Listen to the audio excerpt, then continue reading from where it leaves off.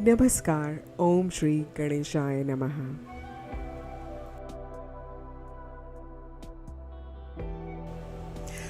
शिव पुराण प्रथम अध्याय। ऋषि वेदव्यास कहते हैं कि धर्म का महान क्षेत्र जहाँ गंगा यमुना का संगम है और जहाँ पुण्यमय प्रयाग है, जो ब्रह्मलोक का मार्ग है, वहाँ एक बार महातेजस्वी महात्मा मुनियों ने विशाल यज्ञ का आयोजन किया। उस ज्ञान यज्ञ का समाचार सुनकर पौराणिक शिरोमणि व्यास जी के शिष्य सूत जी ने वहां मुनियों के दर्शन के लिए आगमन किया। सूत जी का सभी मुनियों ने विधिवत स्वागत और सत्कार किया और उनकी स्तुति करते हुए हाथ जोड़कर ये कहा, हे सर्वज्ञ विद्वान रोमहर्षण जी, आप अति भाग्यशाली हैं। आपने व्यास जी के मुख से सभी पुराणों की गूढ़ विद्या प्राप्त की है। आप अनेक आश्चर्यजनक कथाओं के निधि हैं। आप भूत, भविष्य और वर्तमान को जानने वाले हैं। हमारा सौभाग्य है कि हमें आपके दर्शन प्राप्त हुए। आपका यहाँ आना अब निरर्थक तो नहीं हो सकता। आप कल्याणकारी हैं।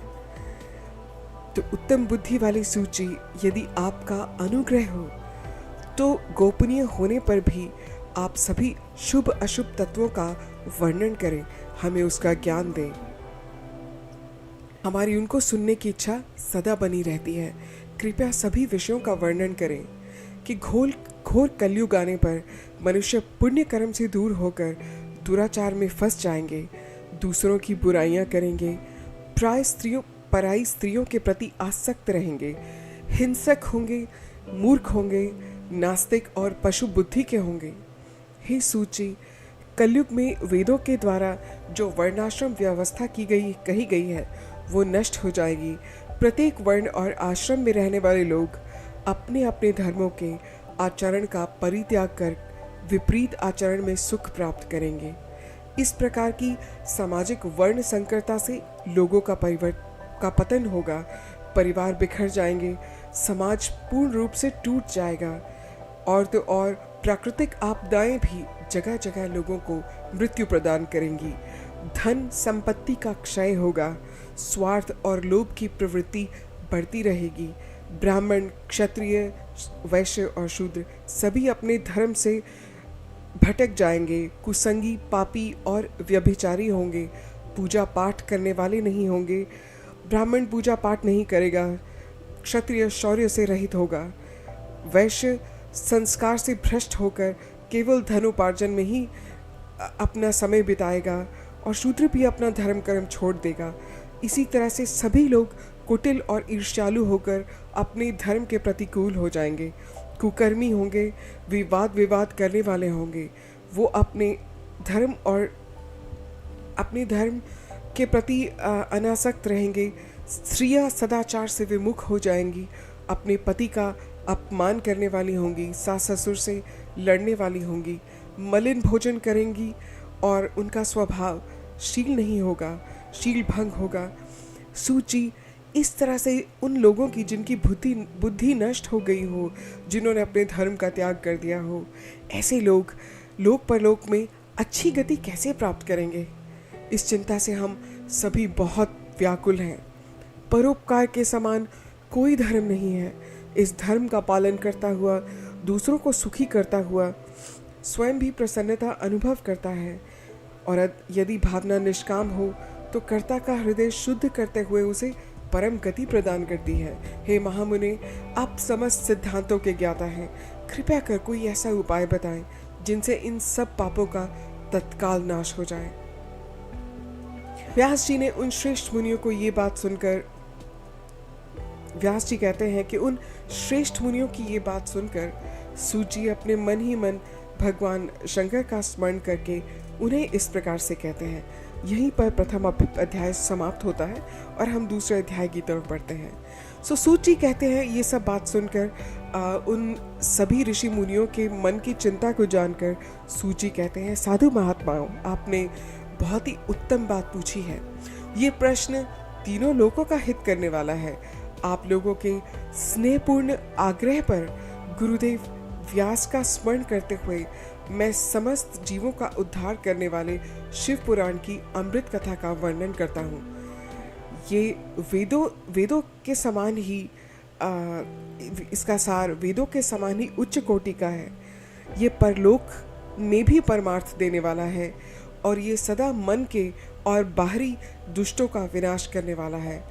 इसमें भगवान शिव के उत्तम यश का वर्णन है। धर्म, अर्थ, काम और मोक्ष आदि पुरुषार्थों को देने वाला पुराण अपने प्रभाव की दृष्टि से वृद्धि और विस्तार को प्राप्त हो रहा है। शिव पुराण को वेद तुल्य माना जाएगा। इसका प्रवचन सर्वप्रथम भगवान शिव ने ही किया था। ये जानिए कि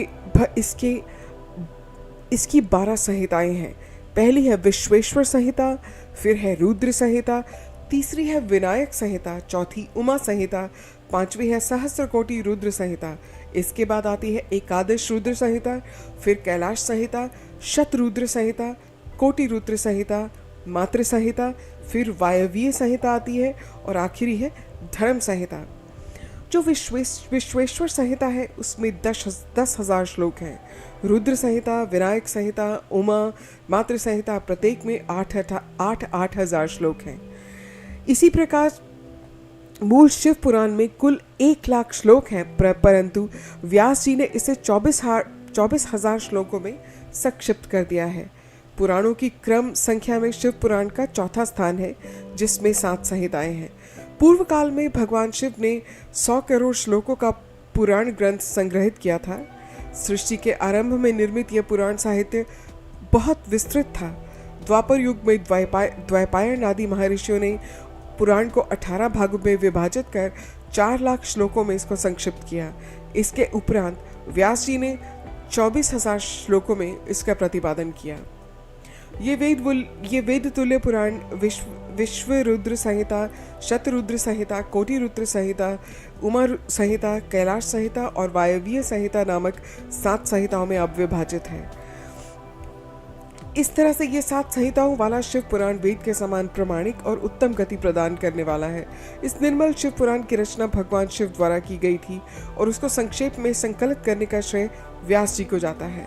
शिव पुराण सभी जीवों का कल्याण करने वाला, सभी पापों को नाश करने वाला है। यही शिव पुराण कल्याण प्रदान करने वाला है। ये तुलना रहित है और इसमें वेदों से प्रतिपादित अद्वैत ज्ञान, निष्कपट धर्म का प्रतिपादन है। शिव पुराण श्रेष्ठ मंत्र समूहों का संकलन है और ये सभी के लिए शिवधाम की प्राप्ति का साधन है। समस्त पुराणों में सर्वश्रेष्ठ शिव पुराण ईर्ष्या रहित अंतकरण वाले विद्वानों के लिए जानने की वस्तु है। इसमें परमात्मा का गान किया गया है। इस अमृतमयी शिव पुराण को आदर से पढ़ने और सुनने वाला मनुष्य शिव का प्रिय होकर परम गति को प्राप्त करता है।